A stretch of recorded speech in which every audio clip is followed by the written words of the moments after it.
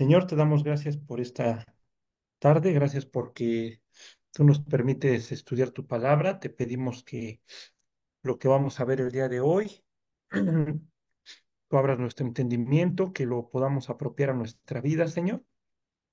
Gracias porque podemos estudiar libremente, Dios. Te pido por las personas que se conectaron, que las bendigas, las guardes, y esto te lo pido en nombre de Jesús. Amén. Amén. Bueno, pues miren, ¿se acuerdan que andamos en el Génesis con la vida de José? Y se acuerdan que cuando pasamos al capítulo 37, precisamente que fue cuando inicia la vida de José, les dije que nos íbamos a saltar el 38, ¿no? Que habla de Judá y Tamar. Entonces les dije, ya en su momento vamos a regresar. Entonces ya vimos lo de José hasta cierto punto cuando ya va a entrar a la cárcel, que sería Génesis 40, nos quedamos ahí, ¿están de acuerdo?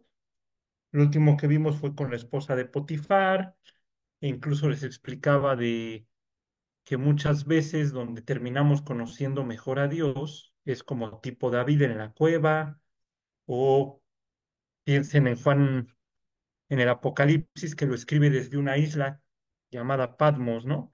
O sea, las mayores o las mejores revelaciones de Dios no necesariamente es cuando estamos mejor en nuestra vida, y no me refiero por nosotros de que no lo estamos buscando, sino porque hay circunstancias, hay situaciones que no son agradables, que no nos hacen sentir cómodas, y ahí es cuando muchas veces conocemos a Dios de manera profunda. Entonces les comentaba el tema de la cárcel, ¿no? De José. Entonces piensen también en Daniel, ¿no? Cuando estuvo en el foso de los leones. Y con la enseñanza que yo me quedo ahí en ese capítulo, más que nada, es que José tuvo de dos: o ir a una cárcel física o vivir en una cárcel mental, en una cárcel espiritual. ¿A qué me refiero con eso? José pudo haber dicho, va, pues me acuesto con la esposa de Potifar, nadie sabe, nadie supo, nadie se entera, nadie se da cuenta, así me la llevo. Pero así me la llevo ¿hasta cuándo? ¿Hasta dónde? Hasta en el momento que yo ya no quiera, ella va a decir. O hasta que ella ya no quiera, pues también va a decir. O como sea, en algún punto me van a cachar.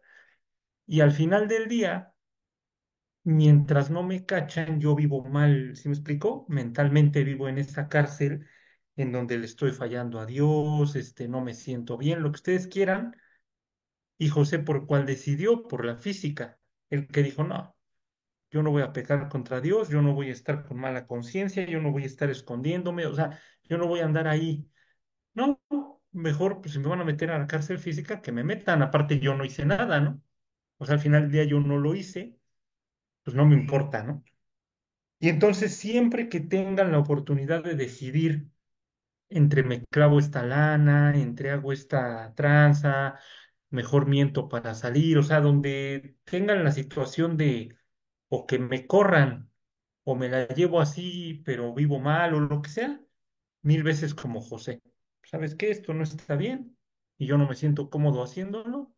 ¿Sabes qué? Yo no le entro, no gracias, y pues ya como me toque, ¿no? Porque a veces decimos, es que voy a perder mi trabajo, ¿no? A José lo metieron a la cárcel por algo que no hizo. Y a veces decimos, es que si no le entro, me corren. Pues que te corran.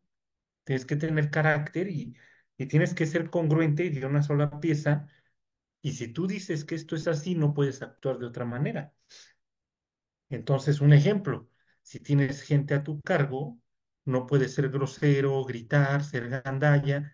Pues, si se supone que eres cristiano y se supone que tú vives con otros principios, no con los del mundo, pues tus estrategias son diferentes. Pero imagínate decir es que soy cristiano y, o sea, y estoy hablando de la vida de José, ¿no? Porque José estuvo de encargado ahí en la cárcel, ¿no? Y nunca fue de mala onda. Entonces, tener ese carácter y decir, a ver, yo no tengo por qué ser como el mundo, yo no tengo por qué gritar y decir groserías y amenazar y no. Dios diría, no, tú tienes que ser diferente y tienes que ser congruente lo que predicas con lo que vives. Ok, entonces nada más se los leo para que, fíjense, vamos al 39, 21. de Génesis. Y dice, pero Jehová estaba con José y le extendió su misericordia y le dio gracia en los ojos del jefe de la cárcel. ¿Ok? A ver, denme un segundo. Espérenme.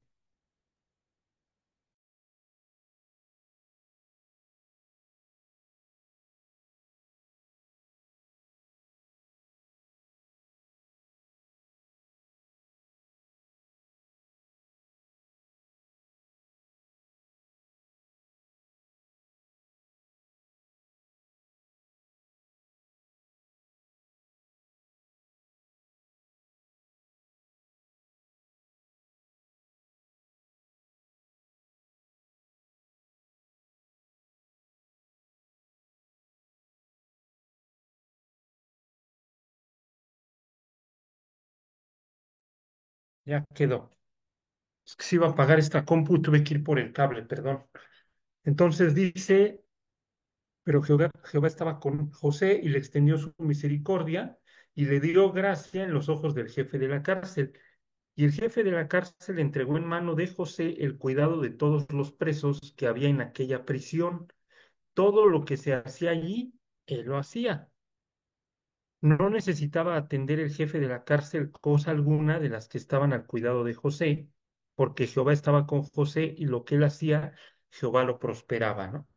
Digo, ahorita con eso vamos a arrancar después. Esto nada más era como manera de resumen de dónde termina José y cómo le terminan delegando, le terminan dando y confiando en él. Que de hecho esa es la idea. ¿Cuántas veces no nos han dicho es que tengo que estar atrás de ti para que hagas las cosas? O, ay, es que no puedo encargarle esto a tal persona porque si no, no lo hace. Y si yo no lo superviso, no lo hacen. Y esa es una realidad. O sea, tú no vas a trabajar y sale algo mal. Encargas algo y no lo hacen. Hasta parece que le dices, no lo vayas a hacer, ¿eh? Y ya que preguntas, no, no me lo pasaron, no, no me dijeron, ¿a poco? Pero cuando a ti te piden favor, tú sí lo haces, ¿no? Y lo haces bien y no te agradecen. Pero ¿a qué voy? José era de esos. A mí no me tienes que andar revisando mi trabajo, no me tienes que andar supervisando. No, yo lo tengo, yo sé lo que tengo que hacer y lo voy a hacer bien. Era una persona que podías confiar en ella, ¿no? Pero bueno, ya llegaremos a esa parte, ¿no? Ya llegaremos a esa parte porque a veces confundimos el de que soy cristiano y entonces no me esfuerzo, no le echo ganas. Pues, ya Dios resolverá, ¿no? Y sí está bien, voy a confiar en Dios, pero tú tienes que ser diligente en tu trabajo. O sea, tú tienes que hacer las cosas que a ti te tocan, no sé, llegar temprano, hacer lo que tengas que hacer, depende a lo que te dediques, pero ser diligente, esa es la clave. Pero bueno, no es el tema de hoy. Nada más quería terminar, miren, regresen a Génesis 38, que fue el que nos saltamos esa vez. Y digo, ¿por qué no lo saltamos? Porque yo lo que quería era que viéramos la historia de José de corrido. Ahorita se presta para hacer una pausa en la de José y regresar al capítulo donde no habíamos terminado. Y fíjense, ¿están ahí? ¿Le puedes dar la que sigue porfa? Judá y Tamar, esta historia, de hecho, hace alusión, y me voy a adelantar, no debería, me voy a adelantar, pero tampoco pasa nada si me adelanto, ¿no? Algo bien interesante en la Biblia, a ver cómo se los quiero mejor preguntar. ¿Tú puedes, tú puedes cumplir la ley de tránsito sin saberla? ¿Ustedes qué me dirían? Tú nunca has leído la ley de tránsito, pero la puedes cumplir.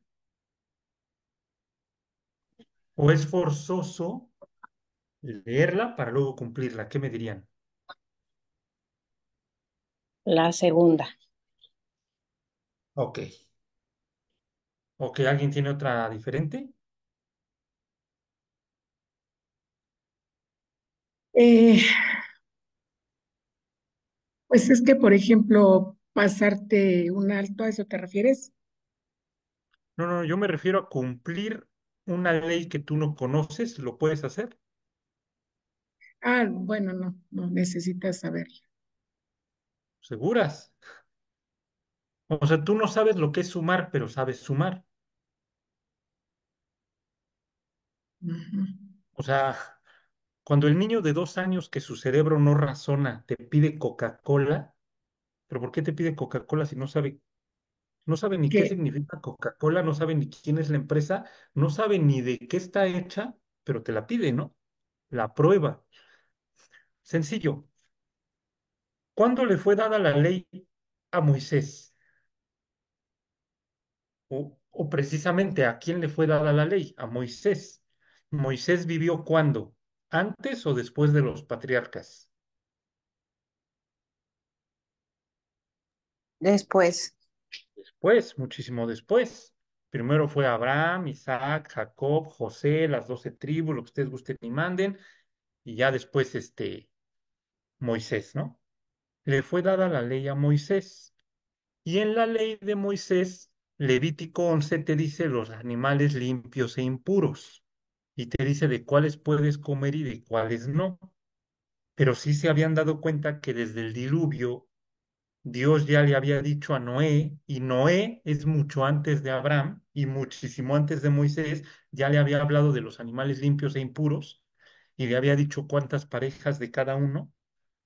¿Están de acuerdo?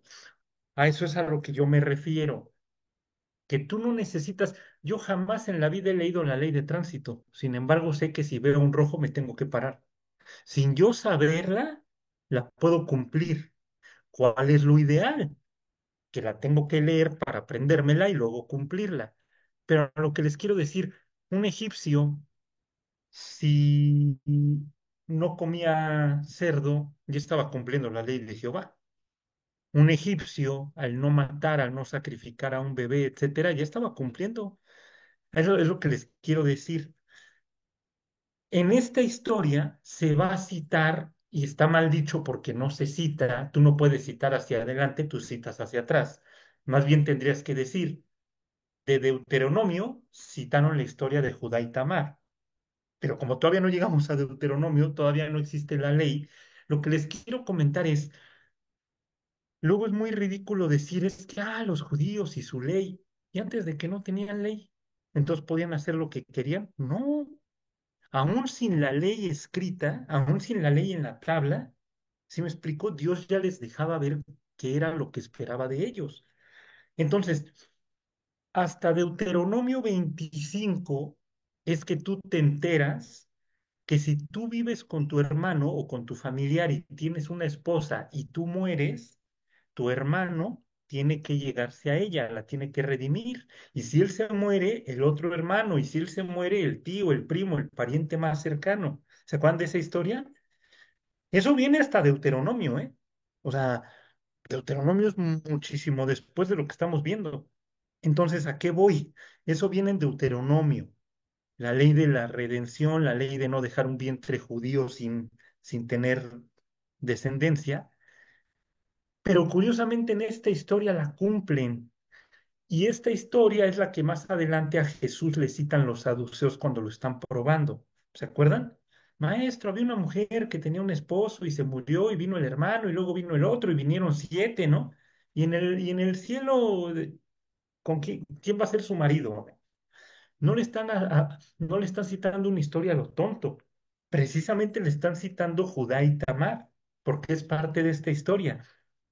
Entonces, lo que les quiero comentar es, Judá, Tamar, Onán, Sela, todos los de esta historia no conocían Deuteronomio 25, no existía Deuteronomio. Sin embargo, ya Dios les dejaba ver y les dejaba saber por ciertos principios que no podías dejar un vientre judío sin que tuviera descendencia, porque igual y de ahí venía el Mesías. De hecho, le puedes dar, ya inicié al revés, de atrás para adelante, pero está bien. Le puedes dar la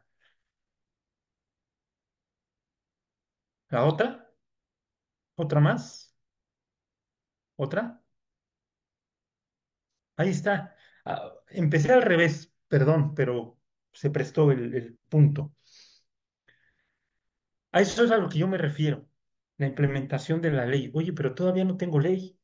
Todavía no nace Moisés, todavía no voy al monte Sinaí, etcétera, etcétera.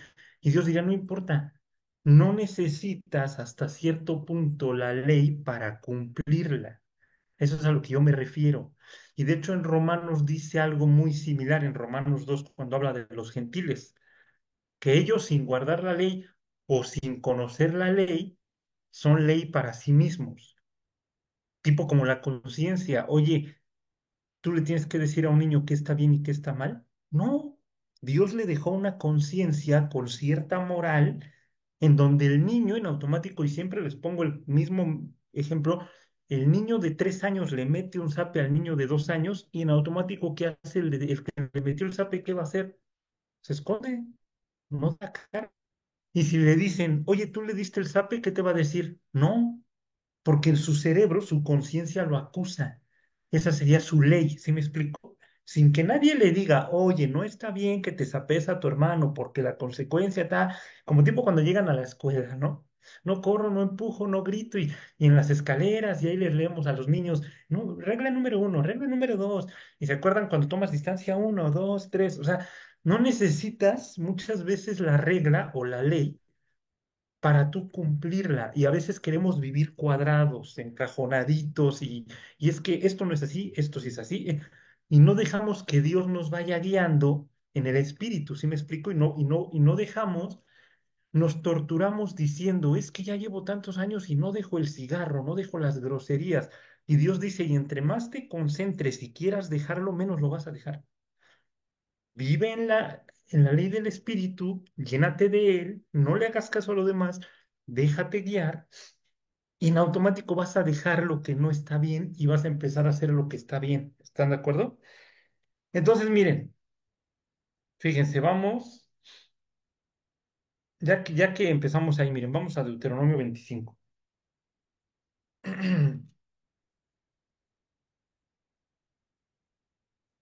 Es 25:4.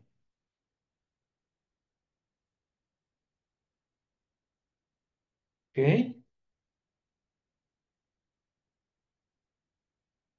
Ahí están. Fíjense, en el 5, perdón, Deuteronomio 25:5 dice, cuando hermanos habitaren juntos y muriere alguno de ellos y no tuviere hijo, la mujer del muerto no se casará fuera con hombre extranjero, perdón, con hombre extraño. Su cuñado se llegará a ella y la tomará por su mujer y hará con ella parentesco. Y el primogénito que ella diere a luz sucederá en el nombre de su hermano muerto para que el nombre de éste no sea borrado de Israel. O sea, yo me caso con una mujer, me muero, mi hermano tiene que redimirla, tiene que llegarse a ella, como lo quieran ver, pero el hijo de mi hermano y de mi esposa no es de él, es hijo del muerto, ¿sí me explico? O sea, no va a llevar su nombre ni su descendencia. Ese hijo, digamos, que cuenta a mí, ¿vale? Por eso vamos a entender luego más adelante cuando fulano no quería redimir a Ruth. Pues, oye, pues no, o sea, voy a pagar tu deuda, la de tu suegra, o sea, me voy a meter en broncas de gratis, voy a comprar problemas, pago tu deuda, la de tu suegra, te redimo, y el hijo que yo tenga no va a ser mi hijo y no va a heredar, o sea, no, no, no, no, pues no. Entonces dice, el 7, y si el hombre no quisiere tomar a su cuñada, irá entonces su cuñada a la puerta a los ancianos y dirá, mi cuñado no quiere suscitar nombre en Israel a su hermano, no quiere emparentar conmigo. Entonces los ancianos de aquella ciudad lo harán venir y hablarán con él, y si él se levantare y dijere, no quiero tomarla, se acercará entonces su cuñada a él delante de los ancianos y le quitará el calzado del pie y le escupirá en el rostro y hablará y dirá, así será hecho el varón que no quiere edificar la casa de su hermano. Y se le dará este nombre en Israel, la casa del descalzado. Y de hecho ahí nos manda a Ruth 4 del 7 al 8, ¿no? Que ya no sabemos perfectamente la historia. Ahora tú dirías, oye, pero me chiste, ¿no? O sea, ¿y si yo no quiero? Oye, ¿y si no me gusta mi cuñada? ¿Qué tal si no me gusta? O sea, ¿a poco le tengo que entrar? Y Dios diría, a ver, ese es el problema del siglo XXI, ese es el problema de que eres mexicano y ese es el problema de que eres occidental. ¿Por qué? Porque si tú fueras judío, vivieras en esa época, tuvieras un cerebro oriental, tú no te irías sobre lo que te gusta y sobre las emociones. te irías sobre el principio de que tu papá Adán, de que tu mamá Eva pecaron y la única manera de remediar ese pecado es que a través de ella y de la descendencia de ella venga el Mesías. Entonces, todas las mujeres que son hijas de Eva están obligadas sí o sí a tener descendencia. ¿Por qué? Porque sólo así se van a poder salvar del infierno. Entonces vas a poner por encima tu salvación, vas a poner por encima tu alma, tu paz, como dirían los judíos, tikkun olam, restaurar el mundo, poner orden al caos, que tu gusto, o sea, te va a valer cómo esté tu cuñada, quien sea, cómo sea, a ti no te importa. Tú lo que te importa es que nazca el Mesías y entre más rápido por eso la instrucción es fructificad y multiplicaos, llenad la tierra y sojuzgadla, o sea, rápido, ¿sí me explico? Y no, ¿cómo que nada más vas a tener uno o dos hijos? No, no, es que ya somos muchos en la tierra. No, Dios diría que, ¿por qué te les compras esas babosadas? No, es que no me va a alcanzar. ¿A quién no le va a alcanzar? ¿A ti o a mí? No, pues a mí. Ah, porque es en tus fuerzas. Si confías en mí, te tienes que alcanzar.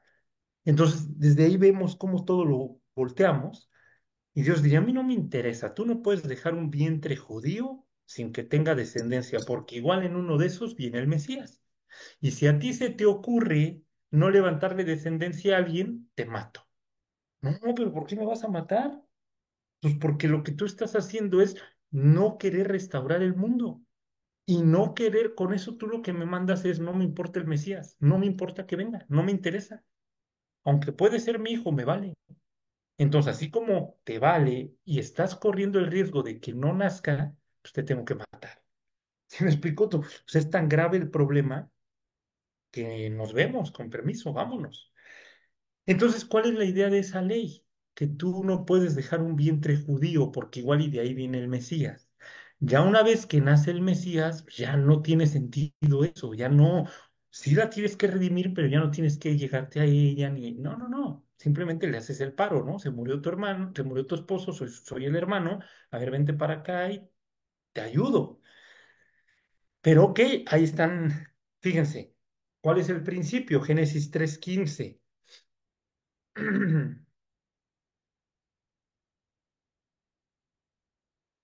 O sea, Dios no hace las cosas, Dios no pide y no pone leyes porque sí, para nosotros no nos hacen sentido.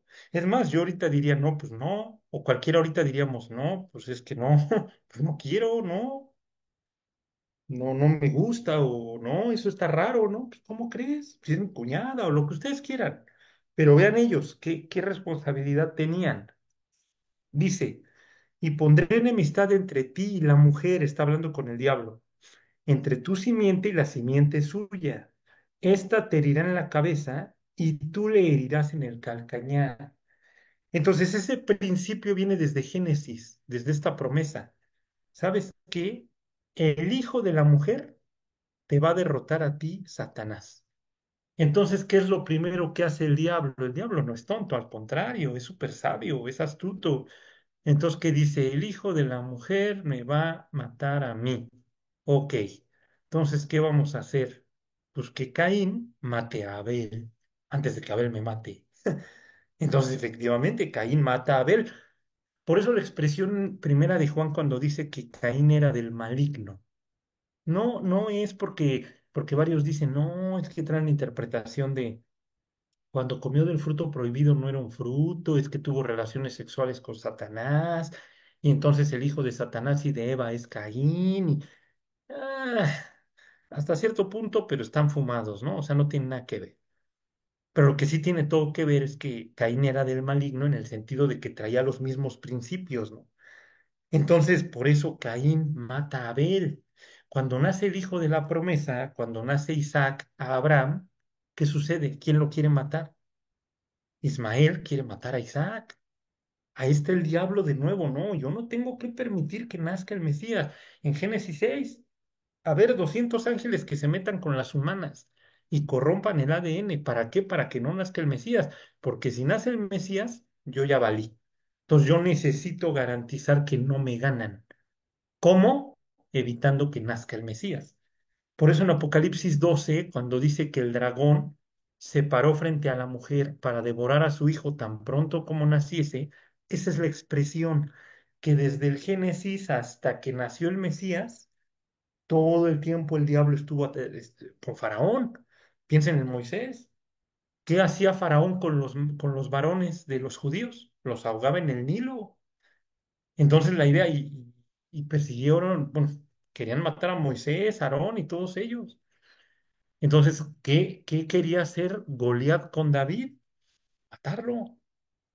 Entonces, si ustedes se acuerdan de todas las historias donde los judíos corrieron peligro, piensen en Amán. Amán en la historia de Esther, cuando le dijo a Suero, no, haz un edicto en donde todos los judíos, adiós. Imagínense que si lo hubieran cumplido, no nace el Mesías.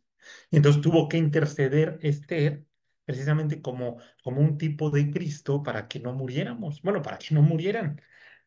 Y entonces cuando nace Jesús, ¿qué es lo que hace Herodes? ¿Qué es lo que hace Satanás? No, vamos a matar a todos. Los bebés tienen que huir a Egipto, luego regresan, pero todo el tiempo fue eso, por el principio de Génesis 3:15. Entonces, basado en el principio de Génesis 3:15, tienes la ley de Deuteronomio 25, ¿ok? Entonces, a ver, judío, te tengo que aclarar, no es por gusto, no es por inmoralidad, todo lo contrario. Lo único que yo quiero garantizar como Dios es que no dejes un vientre judío sin tener hijo y que no nazca el Mesías. Si tú a todas las mujeres judías tienen descendencia, es garantía de que nace el Mesías, ¿no? Y el ejemplo más claro es Ruth, pues de Ruth viene el Mesías. Entonces, bueno, miren, vamos a Mateo 22 para que veamos esa misma historia, porque con esa historia quieren tentar a Jesús, quieren probarlo, ¿no? Fíjense, están ahí, Mateo 22 del 23 al 33, fíjense, les leo, ¿eh? Dice, aquel día vinieron a él los saduceos que dicen que no hay resurrección y le preguntaron diciendo, maestro, Moisés dijo, si alguno muriere sin hijos, su hermano se casará con su mujer y levantará descendencia a su hermano. Hubo pues entre nosotros 7 hermanos. El primogénito se casó y murió y no teniendo descendencia dejó su mujer a su hermano. De la misma manera también el segundo y el tercero hasta el séptimo. Y después de todos murió también la mujer. En la resurrección, o sea, se están burlando, ¿eh? Pero bueno, en la resurrección, pues, ¿de cuál de los 7 será ella mujer, ya que todos la tuvieron? Entonces respondiendo Jesús les dijo, erráis ignorando las escrituras y el poder de Dios, porque en la resurrección ni se casarán ni se darán en casamiento, sino serán como los ángeles de Dios en el cielo.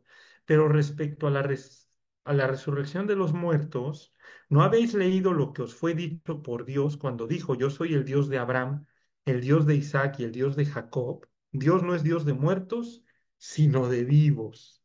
Oyendo esto, la gente se admiraba de su doctrina. Entonces, bueno, eso ahorita no me meto en ese tema, ¿no? De Jesús. Simplemente que estos cuates le están haciendo una historia ficticia, digámoslo así, o según ellos de su familia, pero citando Deuteronomio, pero realmente lo que le están citando es Judá y Tamar, es Génesis 3:39. Y aparte no es casualidad, porque si ustedes recuerdan al finalizar Génesis 39, Judá tiene 2 hijos al último. Tiene uno que es Fares y el otro es Sera. Y Fares, si ustedes se acuerdan, viene a ser bastardo. ¿Están de acuerdo? Porque es de la relación entre Judá y la nuera. Entonces, ¿cuál es el punto? Realmente lo que le querían citar ahí en Mateo, o sea, lo que le estaban diciendo es, tú eres como Fares, tú eres hijo de fornicación, mi Jesús, tú eres un bastardo, así como Fares. Por eso te citamos esa historia para que te cale, o sea, ahí te va.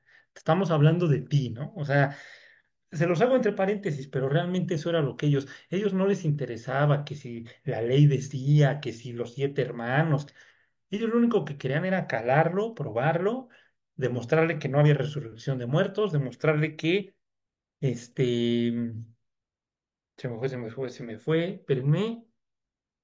Mm, de los ángeles, que no había ángeles, que no había resurrección de muertos y que solo creían en los 5 primeros libros de la Biblia. Y aparte, ya como pilón, así como champurrado, órale. Y aparte te hacemos igualito a Fares, ¿no? O sea, así como él que fue un bastardo y fue hijo de fornicación, ¿qué crees que tú también? Entonces Jesús ya les dice, están mal, ¿eh? O sea, Rice ignorando las escrituras.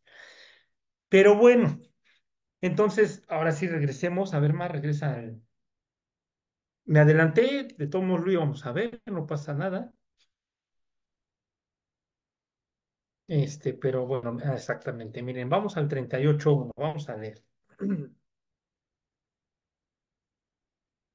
¿Alguien sabe qué significa Judá?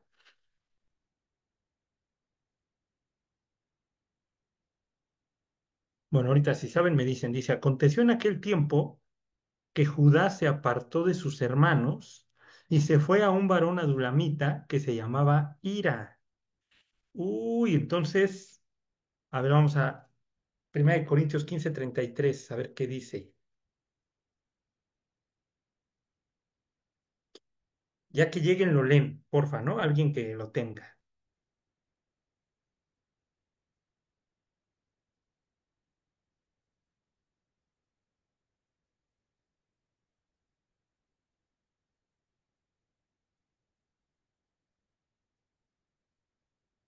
¿Alguien lo tiene? Sí, A ver. dice, no erréis, las malas conversaciones corrompen las buenas costumbres. Uf, ahí está, ¿no? Entonces, ¿qué es lo primero que tenemos que cuidar? Como dice aquí, se apartó de sus hermanos. ¿Qué es lo que hizo Judá? Apartarse. ¿Qué es lo que empieza a pasar cuando te apartas? ¿No te interesan tus amistades? Incluso te juntas con los peores y esas amistades te empiezan a corromper, te empiezan a influenciar para mal, al grado que vamos a leer el 2. ¿Qué sucedió? Dice, y vio allí Judá, la hija de un hombre cananeo, caray, el cual se llamaba Sua o Shua, y la tomó y se llegó a ella.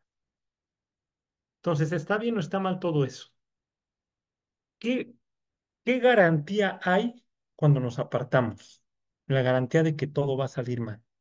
Todas las decisiones que tomemos van a ser malas, todo va a salir mal, te vas a empezar a juntar con gente que no te conviene, te vas a casar con incrédula, tus hijos, por lógica o casi lógica, pues no van a poder gustar de la buena palabra de Dios. Y si tú tenías planes de enseñarles, porque es lo peor, nos apartamos. Apartados tomamos las malas decisiones. Y ya que tenemos la guadaña encima, y ya que ahora sí queremos, ¿qué creen? Que ahora nuestra esposa y nuestros hijos ya no quieren. Y ahora decimos, no, Dios, es que ahora sí ya voy con todo.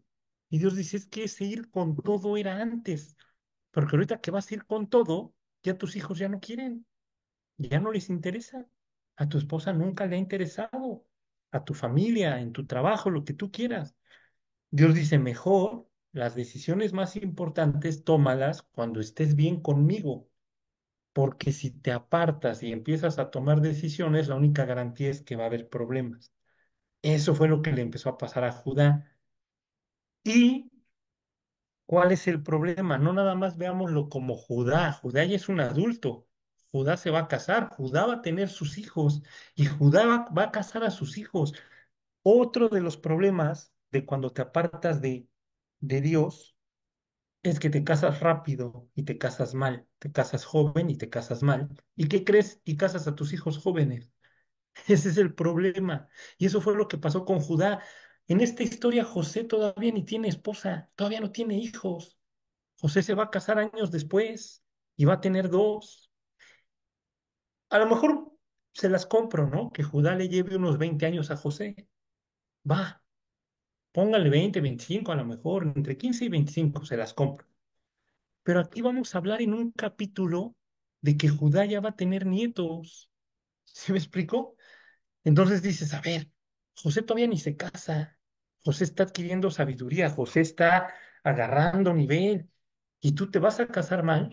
vas a tener hijos, vas a ver morir a tus hijos, vas a tener otros hijos con tu nuera, o sea, unos champurradotes, o sea, vas a tener nietos.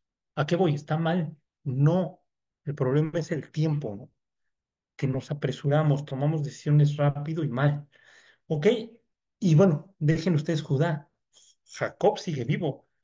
Entonces imagínense lo que representa para Jacob ver a tu hijo fracasar, porque ahorita lo estamos viendo como Judá, pero ahora velo desde el ángulo de Jacob, que Jacob puras broncas, una mala bestia devoró a tu hijo, ya perdieron a mi hijo, y ahora ver Judá dónde anda. Y ya voy a ser abuelo tan rápido y bisabuelo, y luego voy a tener un hijo, nieto, bisnieto, no sé cómo llamarle. ¿Se me explico? Y puros broncas, puros problemas. Y dices, o sea, esa es la consecuencia de haberte apartado de tu Dios y de haberte apartado de tu núcleo familiar. Y ese fue el problema de Judá. Miren, vamos a Filipenses 1:6.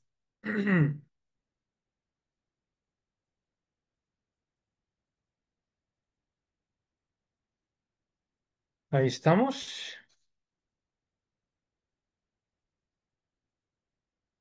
¿Qué es lo único que le da la esperanza a Judá y a Jacob? Esto que estamos leyendo, dice, estando persuadido de esto, que el que comenzó en vosotros la buena obra, la perfeccionará hasta el día de Jesucristo. Entonces, miren, ya vimos lo malo. Es que ya inició mal, ya se apartó. ¿Cuál es la clave para que Dios nos pueda dar esta esperanza? Como dice aquí, Dios siempre está dispuesto a perdonarnos, siempre y cuando, ¿cuál es la condición? Siempre y cuando nosotros estemos dispuestos a arrepentirnos. No, no, todavía no se acuerdan, ¿no se acuerdan qué significa Judá? Judá significa alabanza, pero alabanza hacia Dios. Y este cuate parece que lo único que hacía era estar alabando al mundo, ¿no?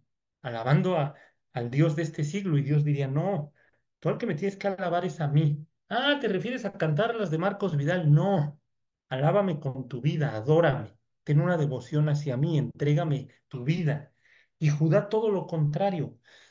Lo vamos a ver más adelante, por eso puse esto acá abajo también.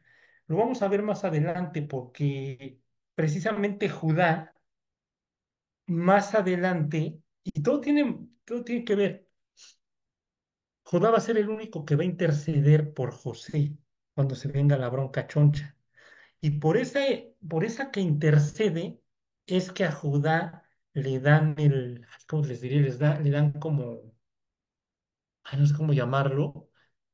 Digamos que de Judá va a venir el Mesías, de Judá vienen los reyes, de la tribu de Judá viene el rey, ¿ok? Entonces, esa intersección, o cómo se le dirá, esa que intercedió por José, digo, por José, perdónenme, por Benjamín, que lo vamos a ver más adelante, le dio como ese plus para que le dijeran, de ti va a venir el Mesías, de ti vienen los reyes, de ti viene el Mesías. ¿Por qué? Porque lo que hace el Mesías con nosotros es interceder, da su vida por nosotros. ¿Qué hizo Judá con Benjamín? Dio su vida por él. Entonces, bueno, ¿cuál es la idea y cuál es el punto? Y viene otra frase muy interesante. La voy a leer y luego ustedes me dicen quién se le viene a la mente. Los grandes gigantes de la fe muchas veces fueron hijos rebeldes de padres piadosos. ¿Sí se entiende? Ahí de cuántas generaciones estamos hablando en esa frase. Ahí va. Los grandes gigantes de la fe muchas veces fueron hijos rebeldes de padres piadosos. ¿Cuántas generaciones abarca esa frase?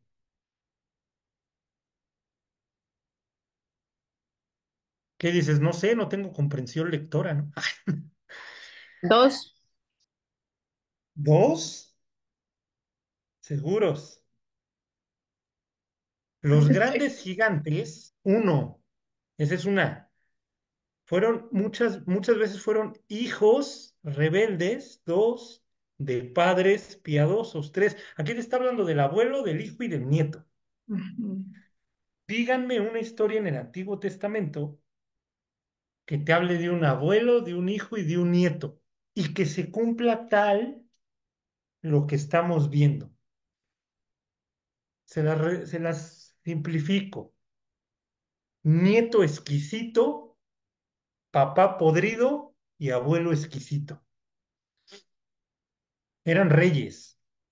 Fue un super rey, un rey, tuvo un hijo bien podridote y el nieto salió mejor que El nieto es este Josías. El exactamente. nieto El rey Josías, Josías. su papá podridísimo, no quería nada. Sí. Y su ¿Y papá, o sea, quién?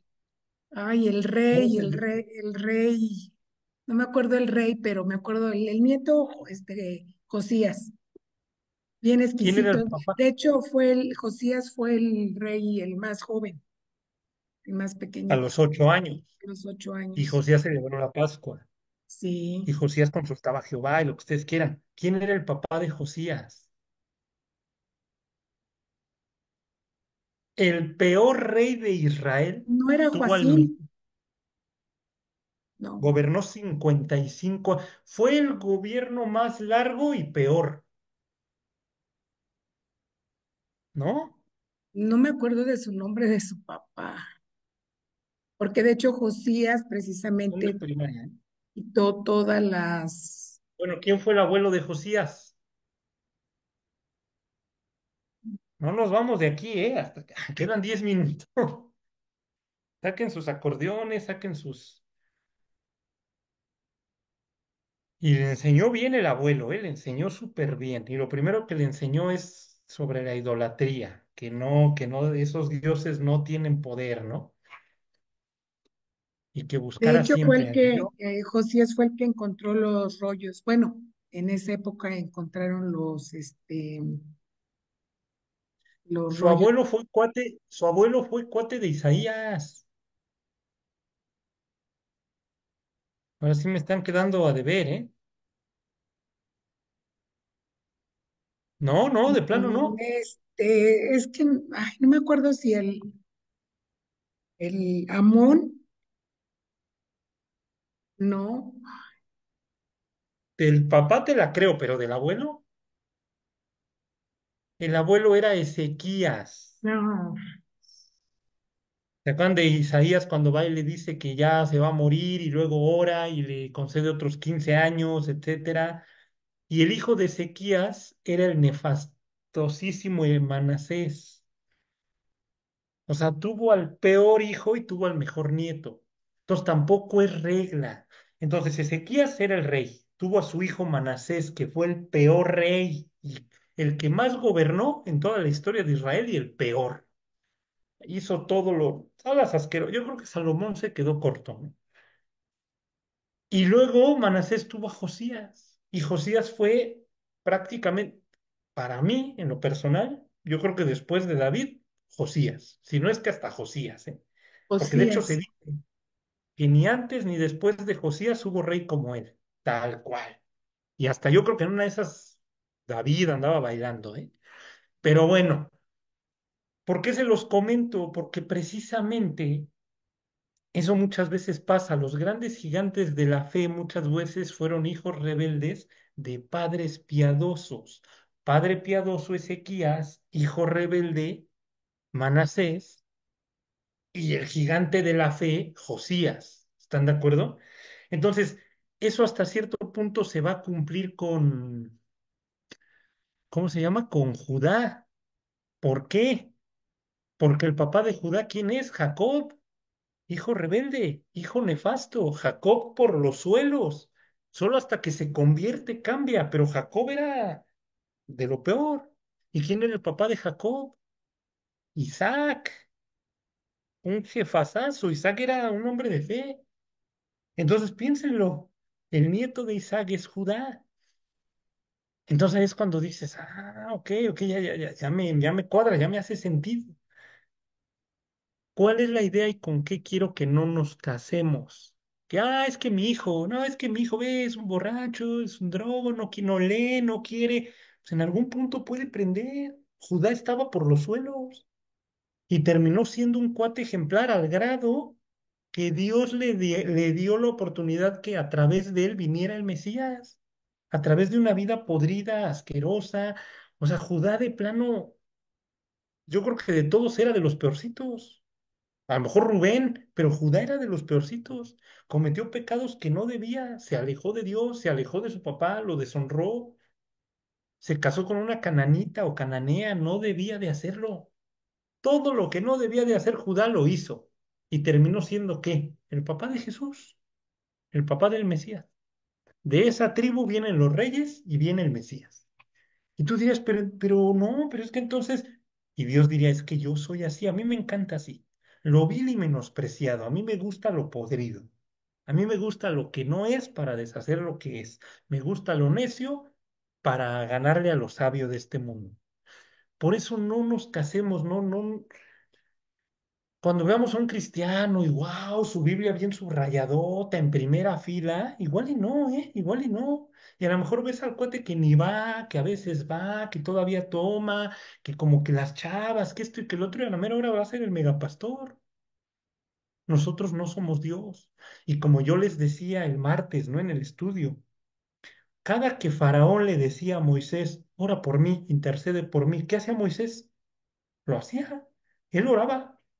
Él no se adjudicaba a ser Dios y decirle, no, yo ya no voy a orar por ti, tú estás bien mal. No, ¿por qué? Es más, tú ya ni quieres. No. Moisés decía, yo no soy Dios. Dios sabrá si lo perdona, si no lo perdona. Él me pide que yo ore, yo intercedo y yo oro. Entonces muchas veces decimos, no, es que esta persona nunca se va a convertir, es que no, mira, yo no veo para dónde, cada vez la veo peor. Y Dios decía, ¿a ti qué carambas? ¿Quién es el que hace el milagro, tú o yo? No, pues tú, Dios. Pero así como lo veo, y ahí vas de nuevo. No, tú ponte a orar. O realmente el problema eres tú, que no tienes fe. Y es cuando dices, híjole, Dios, yo creo que sí. Más bien yo no te creo a ti. Porque si yo te tuviera fe y creyera, a mí me valdría lo que ahorita estoy viendo. Si yo te creo a ti, yo te oro a ti, yo confío en ti, tú cambias las circunstancias, ¿no? Cambias a la persona. Oye, entonces analicemos, examinemos si no estamos viviendo la fe equivocada, ¿no? Podemos tener fe, pero mal, no enfocada, no a lo que debe de ser. Entonces, miren, vamos a Isaías Eh, 55:11, rapidito. ¿puedo decir algo, hijo, Sí. con referencia a eso? Sí, Ujú. efectivamente, por ejemplo, este ejemplo que tú diste de Ezequías, de Manasés y de Josías, Manasés pues fue el peor. Sin embargo, en Segunda de Reyes dice lo que se dice de Josías, su hijo. Dice que no hubo otro rey antes de él que se convirtiese a Jehová de todo su corazón, de toda su alma y de todas sus fuerzas, conforme a toda la ley de Moisés, ni después de él nació otro igual. Entonces, efectivamente, a lo mejor nosotros nos vamos por lo que vemos, pero pues si tú oras y si tú crees, a lo mejor ya ni siquiera tú lo vas a ver, pero Dios va a hacer, Dios va a hacer. Exacto, Si tú le crees, si tú oras por tu descendencia y si tú oras por lo venir y le crees, Él lo va a hacer. exacto. Sí, y digo, al final del día, igual Manasés dice que sí se arrepiente al final. Está bien, pero fue un mal rey. Pero ¿cuál es la idea? Y como tú dices, ¿no? O sea, a lo mejor tú ya no lo ves. Tú querías que tu hijo, que tu nieto sean pastores, misioneros, lo que sea, pero a lo mejor tu bisnieto, a lo mejor ya no te tocó. ¿Cuántos no hemos, cuántas historias no hemos tenido de amigos o amigas que nos dicen, es que mi abuelo era pastor, ¿no? Y ya a lo mejor llegó hasta ahí, su hijo ya no, y ves a esta persona perdida, y tú ya no le seguiste, no, ya no.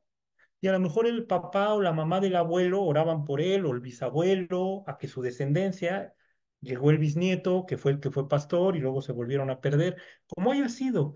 Pero efectivamente, si tú le crees a Dios y si tú oras, Dios lo hace. Y si tú le dices, permíteme verlo, probablemente te permita verlo, si no, no pasa nada. Pero tú, de momento, ¿tú qué estás haciendo, no? Esa es la idea. ¿Tú cómo intercedes para que eso se cumpla, no? Y bueno, miren, vamos al 55:11. Luego vean que dice, así será mi palabra que sale de mi boca, no volverá a mí vacía, sino que hará lo que yo quiero y será prosperada en aquello para que la envíe. Entonces, ¿Cuál es la idea? No cansarnos, hablar hasta el cansancio, instruye al niño en su camino y aun cuando fuere viejo no se apartará de él. Darle con todo, así no veamos fruto, estar sembrando, sembrando, regando, dándole, dándole, pero dándole. Acuérdense, uno siembra, otro riega, pero Dios es el que da el crecimiento. Entonces, aunque no veamos nada, tú síguele, tú síguele, tú síguele, su palabra no regresa vacía y en algún momento algo va a pasar, un chispazo, pum, prende la persona y cuando ves dices, pues no, que no. Y mira, ahí está discipulando, predicando, ganando almas, esto y lo otro. El problema es que ya no hay fe.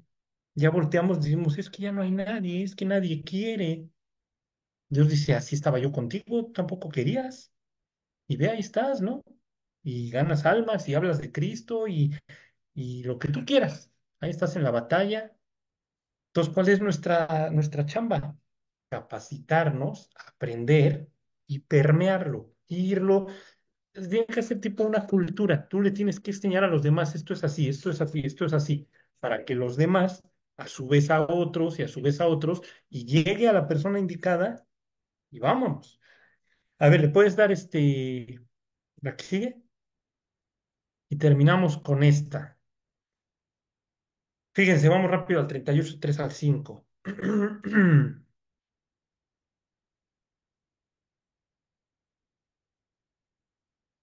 Ahí están, miren, les leo. Dice, y ella concibió y dio a luz un hijo y llamó su nombre Concibió otra vez y dio a luz un hijo y llamó su nombre Onán. Y volvió a concebir y dio a luz un hijo y llamó su nombre Sela. Y estaba en Kesib cuando lo dio a luz. Después Judá tomó mujer para su primogénito la cual se llamaba Tamar. Entonces, fíjense, ¿se acuerdan? Los nombres tienen todo que ver. Los nombres son importantes. Y aquí viene, miren, Judá significa alabanza, tal cual. La esposa de Judá, ¿cómo se llama?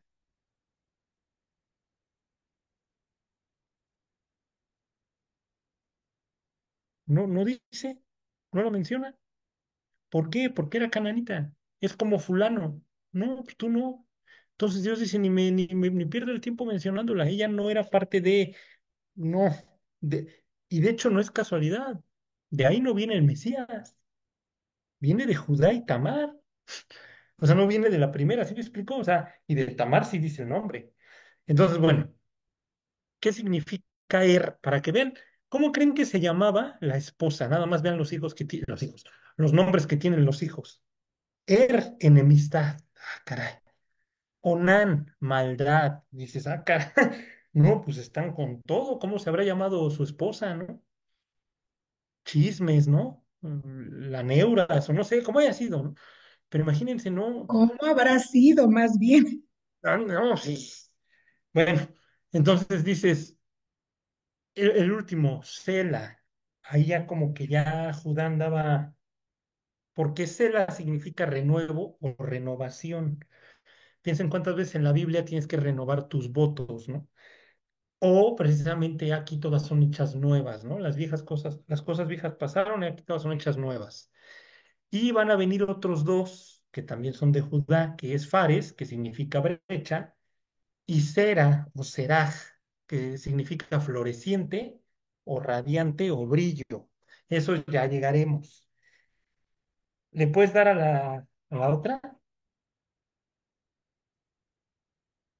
Ahí estamos. Y fíjense, esto es bien interesante. ¿Qué sucede cuando tú te apartas de Dios? ¿Qué significaba Enemistad. ¿Ok? Entonces, ¿qué sucede cuando tú te empiezas a alejar de Dios? Empieza a haber una enemistad entre tú y Dios, tal cual. Estos nombres y este proceso y este paso lo lleva a cabo la mayoría de los cristianos, no debería de ser, pero la mayoría lo lleva a cabo. El problema es cuando te quedas nada más en y en Onán y ya no vas con Sela. ¿Por qué? Porque cuando te alejas de Dios empieza a haber una enemistad y Dios diría, tu enemistad debe de ser contra el mundo, no contra mí. No, es que yo amo al mundo. No, entonces te constituyes enemigo mío. Si tú amas al mundo, te constituyes enemigo de Dios. Entonces, en automático, cuando amas al mundo, Él se hace presente en tu vida, ¿no? Y empieza a haber una enemistad. Posteriormente, ¿qué va a dar fruto la enemistad? La maldad, tal cual. Entonces va a haber maldad en tu vida, va a haber maldad para con tus enemigos, no va a haber paz, no va a haber gozo, vas a estar mal, solo hasta que te acercas con Dios, o sería el nombre Sela, y viene un renuevo, viene a haber una renovación o un nuevo nacimiento, si así lo quieren ver, es cuando tu vida se empieza a ordenar. Fíjense, vamos a Santiago 4:4.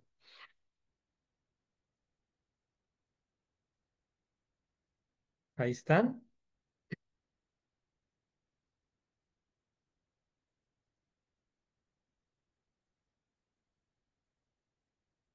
les leo. Dice, oh almas adúlteras, ¿no sabéis que la amistad del mundo es enemistad contra Dios? Cualquiera, pues, que quiere ser amigo del mundo, se constituye enemigo de Dios. Entonces dices, oye, Judá, ¿qué carambas, qué clase de vida estás llevando que le pones estos nombres a tus hijos, enemistad y maldad?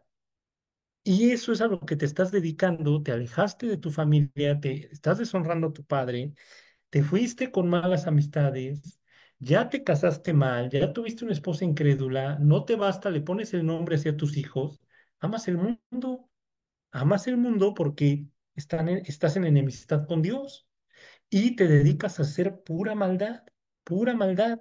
Lo vamos a ver ya al final cómo va a haber un renuevo de Judá, va a haber un renuevo y a través de él es que va a poder venir el Mesías.